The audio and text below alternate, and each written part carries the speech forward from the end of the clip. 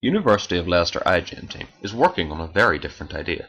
The concept that we can actually break down polystyrene into its component parts without creating any unnecessary or dangerous products. Polystyrene can in fact be degraded by naturally occurring bacteria, particularly a few specific strains of Pseudomonas species. However, this process takes a very long time, in part because polystyrene, unlike many plastics, is resistant to photolysis or breakdown of light to UV. Polystyrene has a benzene ring. This makes it difficult to break down because it has such a high stability. Many methods of disposal have been tried, but for something so useful, it's hard to get rid of. Expanded polystyrene is bulky and light, meaning recycling is economically unviable, and when it is collected, it is often burnt or chucked into a landfill. As a result, polystyrene can remain in the environment for many years after its original function has been completed. In fact, the inertness of polystyrene is of benefit in landfills because it doesn't degrade and so contaminate groundwater. Additionally, the rigid structure of polystyrene stabilizes the landfill site. However, landfill is seen increasingly as an unsustainable waste disposal method, as well as one that ignores the valuable hydrocarbons locked up in polystyrene. We have a plan though, and it involves the use of synthetic organisms, microbes that have been genetically modified in ways to help us in this task. Bacteria have recently been discovered that can degrade polystyrene in soil, but can only degrade it extremely slowly.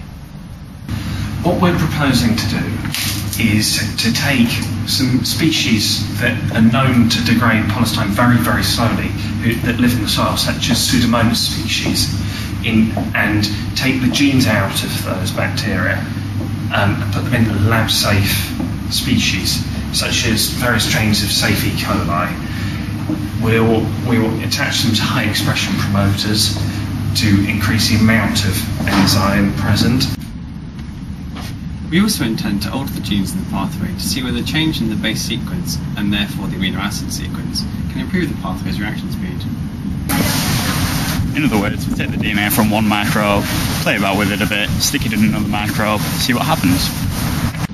These processes could significantly increase the speed of polystyrene degradation, and could potentially be used to reduce the amount of expanded polystyrene in landfill.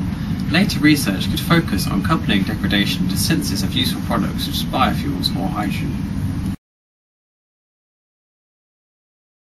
This project will be an entrance to iGEM, which is the premier undergraduate synthetic biology competition.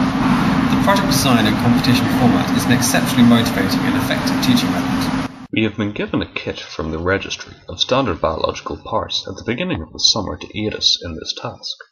Working at our university over the summer, we will use these parts and new parts of our own design to build biological systems and operate them in living cells. All funds raised will help the students be able to do the project, as although we've had generous donations from Professor Sir Ray Jeffreys allowing us to enter the competition, and companies such as Heathrow Scientific supplying lab equipment, there's a lot more to be funded. The results we get from our experiments are to be shown at the regional final in Amsterdam, whereby all the European entities go to a jamboree at the VU University in Amsterdam. Just to get into this jamboree, there is a $275 entrance fee, so the more we raise here, the better. With extra funds, we will be able to purchase more of the essential consumables required for this project, allowing more experiments to be carried out and thus improving our research quality, which is a win-win for everyone. Now we will show you some of our rewards. An R2-D2 papercraft model, in order to finally have one of the droids that you've been looking for. Note, Obi-Wan isn't completed. As well as this, our very own iGEM t-shirt, in white, complete with logos and the polystyrene-eating bacteria on the front of it. We also have a wide variety of iGEM collectibles and trinkets, such as this iGEM fridge magnet, alongside other items, like keyrings, which have all been made from recycled goods. All this and more can be yours with sponsorship from the iGEM team. Whether we're in the park, in the lab, or even at home.